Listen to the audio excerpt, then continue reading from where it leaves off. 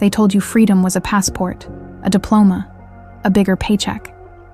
But what if I told you that most people walking around with those things are still trapped? Not in chains, in habits, in silence, in fear of stepping out of line. Because in today's world, control doesn't come with guns, it comes with expectations. And the scariest part, you've learned to expect them from yourself. You obey rules you don't remember agreeing to. You chase goals you didn't choose. And deep down, you feel it. That strange emptiness after every little win, like something's missing, and no one around you is willing to admit it. Let me be the one who does. Because if you've ever felt like you were built for more, but couldn't name what, if you've ever sat in a room full of noise and still felt unseen, if you've ever wondered why success tastes hollow or why rest makes you feel guilty, then this video was made for you. And no, I'm not here to sell you hope in a bottle. I'm here to introduce you to something dangerous, something quiet, something the system doesn't want you to touch, your own mind. In the next few minutes, I'll show you how Foucault, a philosopher obsessed with power, uncovered a truth so raw, so uncomfortable, that most people ignore it their whole lives. But those who dare to understand it, they don't just survive the system, they master it by mastering themselves. So sit back, because once you see what's really been happening behind the curtain, you'll never be able to unsee it. There's a kind of prison that doesn't need walls. It doesn't scream, it whispers. And the worst part? You thank it for the silence. Michel Foucault called it the panopticon, a circular prison where one guard could see all inmates, but the inmates couldn't see the guard. So they behaved, just in case. That's how modern control works. Today, there's no need for a guard. You carry the tower in your pocket. Notifications, likes, rankings, reminders, all silent signals that tell you how to act. You start waking up not because you want to, but because your phone told you to. You smile when you're breaking inside. You grind, not out of choice, but from fear of falling behind. It's not slavery, it's self-discipline, injected into you, one dopamine hit at a time. Now imagine this. You're alone in your room. No one's watching. But still, you angle your face just right for that selfie. Why? Because you've learned to watch yourself through their eyes. This is what Foucault meant by internalized surveillance. You don't need anyone to tell you what's acceptable. You already know. The system trained you. Through school bells, performance reviews, motivational influencers. You act right, not out of principle, but out of habit. Because somewhere along the way, discipline became your second skin. Even your ambition might not be yours. It's an echo of someone else's expectations. And if you don't pause, if you don't question, you'll spend a whole life running in someone else's race, thinking you're winning. Let's make it real. You ever felt guilty for resting? For doing nothing on a Sunday? That's not laziness. That's programming. Hustle culture is just the panopticon in a hoodie and sneakers. You've been taught to believe that slowing down is failure, that peace is a luxury. But think, who profits when you can't sit still? The system needs your attention. It feeds on your productivity, your insecurity, your need for validation. That's why even your silence gets monetized. That's why your worth is tied to performance. Not joy, not clarity, not depth. If your rest makes you anxious, the system has already won. Even dreams get hijacked. A kid in Brooklyn wants a car he's never driven, in a country he's never been to, because someone on TikTok made it look good. That's not aspiration. That's manipulation with filters. When every desire is injected from the outside, when your goals are just echoes of what you've seen, then what part of your life is truly yours? Inner freedom doesn't start with breaking rules. It starts with realizing you've been obeying them without knowing. And once you see the pattern, you can begin to redraw it. You can start wanting things that actually make sense to you. People think the system is a building, a man in a suit, a logo on a screen. It's not. The system is a pattern. It's in the way you say yes when you mean no. It's in the smile you fake, the job you keep out of fear, the silence you choose over truth. It's subtle, almost gentle, but it steals your voice before you even notice. This is psychological control at its finest, not through fear, but through normalization. And breaking it isn't loud, it's quiet. It's waking up and asking, why am I doing this? That's where power begins, not in rebellion, but in reflection. Think of how many people you know who feel stuck but can't explain why, who have a good job but feel hollow, who've achieved the dream but lost the dreamer. That's what happens when the system shapes you without your consent. You might survive, even succeed, but it won't feel like your life. And no amount of money, likes, or diplomas can fix that. Because what you really crave isn't approval. It's presence. It's to be seen without acting, loved without performing. And that is a form of wealth they never taught you to chase. Let me show you a trick. Start observing your own routines like a scientist. Where does your time go? What apps eat your attention? What thoughts show up uninvited when you're alone? Map the invisible. And if you're brave enough, start cutting what doesn't serve your soul. Not all noise is worth your ears. Not all tasks deserve your time. You don't owe the system your energy. You owe yourself peace. That's not laziness, that's resistance. And in a world that profits from your distraction, clarity is rebellion. There's power in naming things. Once you can point and say, this is the loop, you're already a step outside it. That's what Foucault tried to teach us, that the most dangerous prisons aren't outside. They're the ones we carry within. But if you can see it, you can question it.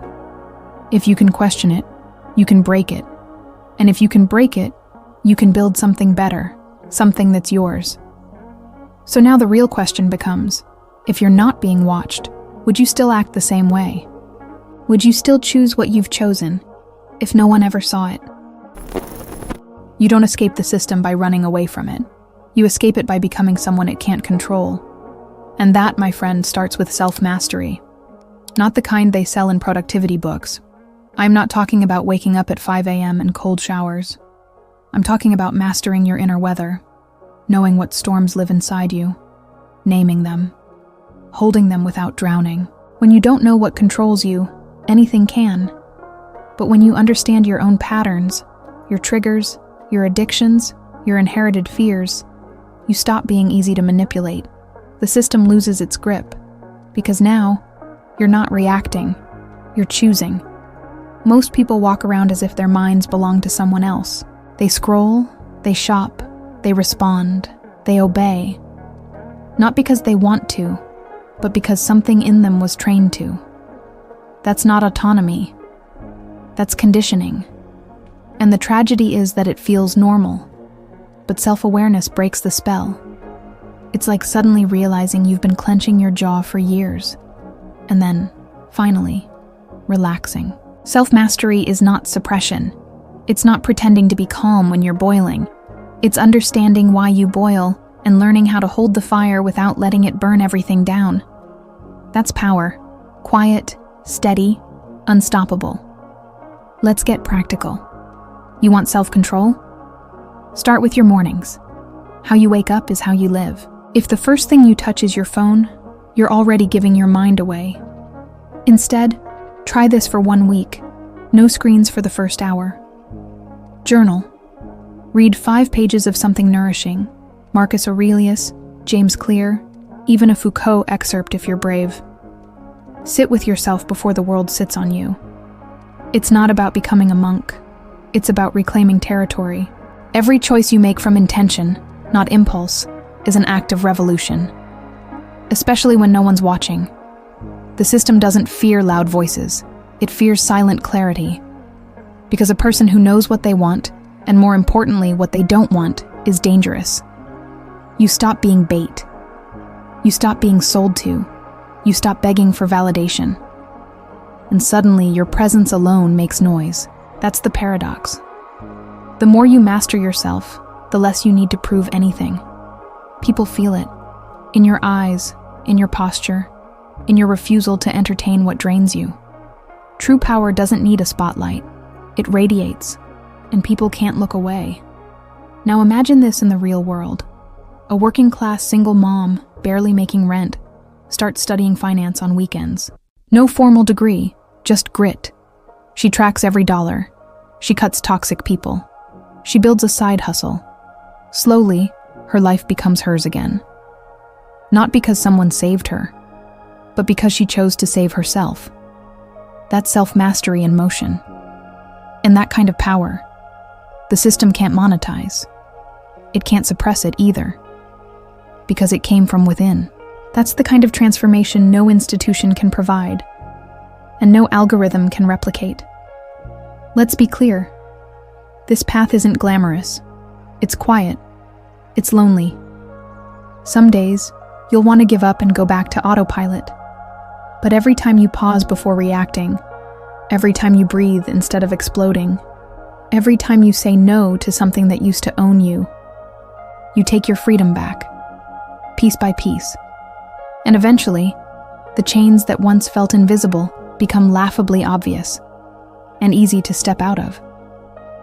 Because now, you see the cage for what it was, a story you no longer believe in. Self-mastery doesn't mean never falling. It means not letting your fall define you. You'll slip. You'll relapse. You'll act from fear. But the difference is, now, you'll notice. You'll name it. You'll adjust. That's growth. That's emotional wealth. And that's how you become unbreakable. Not by avoiding pain, but by knowing exactly how to hold it without turning it into poison. Pain is not the enemy. Unconsciousness is.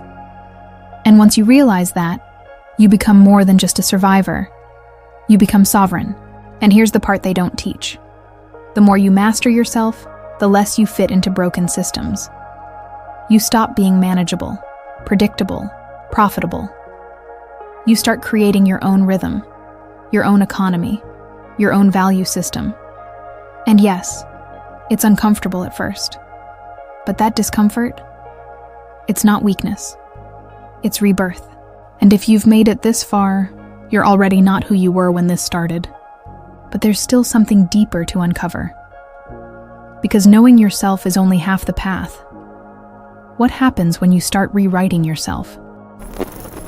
There's a moment, subtle, but life-changing, when you catch yourself mid-habit. Maybe you're about to lash out, procrastinate, shrink into people-pleasing. But this time, something shifts. You notice it. That noticing is everything. It's the beginning of liberation. Foucault believed that awareness wasn't just personal, it was political. Because the moment you observe yourself, you exit the role they scripted for you. You stop being just a worker, a consumer, a product. You become a person, a force. And in a system built on unconscious obedience, awareness itself becomes rebellion. Look at society. We're trained to look outward, compare, compete, chase. But rarely are we taught to look within. To ask, why do I believe this? Who benefits from my guilt? Who profits from my self-doubt? These are dangerous questions, not because they're wrong, but because they open doors the system hopes you never touch. Inner awareness threatens every structure that depends on you staying confused. That's why mindfulness was rebranded as a productivity hack. They'll sell you 10 ways to meditate, as long as it keeps you grinding. But the real power of awareness, it makes you harder to use. You want a real exercise? For one day, track every moment your body tightens, every clench of the jaw, every scroll through your phone, every yes you say that means hell no. Don't judge, just observe. Because this isn't about fixing yourself. It's about seeing yourself. And once you start seeing clearly, you can no longer be lied to. Not by ads, not by old wounds, not even by your own excuses. Most people are reacting to ghosts, outdated fears, handed down beliefs. But you're waking up, and that makes you rare. There's power in discomfort. When you start watching yourself closely, it's not all beauty and breakthroughs. Sometimes you'll feel shame. You'll see how often you betray yourself, how long you've carried someone else's voice inside your head. That's not failure. That's the crack in the mask. Keep going. Because beneath all that noise is something untouched. Something honest. And when you touch that place, the need to prove, to chase, to impress, it fades. Not because you're above it, but because you've remembered who you are underneath it. Let's talk about people who did this. Real ones. I've met janitors who spoke like philosophers because they watched life deeply. I've seen men fresh out of prison, meditating in halfway houses, rewriting their entire story. Not through money, not through followers, but through radical self-awareness. They faced their patterns, their pain, their power, and built something new from the ruins. That's the kind of wealth no bank can hold. That's the kind of freedom no badge can revoke. And that's the kind of rebellion no system can predict. You might think, but I'm just one person. Exactly. One person who sees clearly can't be used like a puppet. One person with inner freedom becomes the glitch in the matrix. You start asking different questions, spending differently, loving differently. You no longer settle. And every time you refuse to participate in your own destruction, you set a new standard for your kids, for your community, for anyone watching silently, wondering if there's another way. And trust me, they're watching, just like you once were.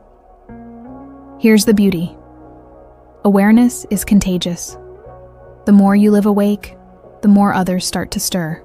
You won't even need to preach. Just being you will be enough. People will feel it in your boundaries, in your calm, in your fire. That's influence. Not based on fame, but on depth. That's what Foucault meant when he spoke about power flowing through bodies. Yours becomes a transmitter of truth, a quiet rebellion in every step. And over time, systems begin to shake. Not from riots, but from awakenings. Because awareness doesn't just change your behavior, it changes your identity. You're no longer playing the part. You're writing your own lines. And once you taste that level of clarity, going back to sleep isn't an option. You'll crave more, deeper truths, sharper perception. And soon you'll realize self-awareness was just the beginning. There's still one question left. Now that you see yourself, how will you lead yourself? Now you've seen it. The cage, the mirror, the mask, all of it. And maybe, for the first time, you understand that freedom was never about breaking rules. It was about breaking patterns. Because once you notice how deeply the system has written on your mind, you can finally pick up the pen. You can rewrite your thoughts, your routines, your reactions. You can become someone the system doesn't know what to do with, because you're no longer predictable. You're powerful. But the truth? Awareness alone is not enough. You have to act, and that part is on you. So let me ask you, what's the first lie you're ready to stop living? What's one habit, one belief, one fear that you're done letting own you? Tell me in the comments. Not for likes, but to make it real. Because the moment you speak it, you begin to claim it. And if you're ready to keep waking up, keep questioning, keep building a mind no one else can own, then subscribe, hit the bell, and stay close. There's a lot more they never told you, and together we're going to uncover it, piece by piece.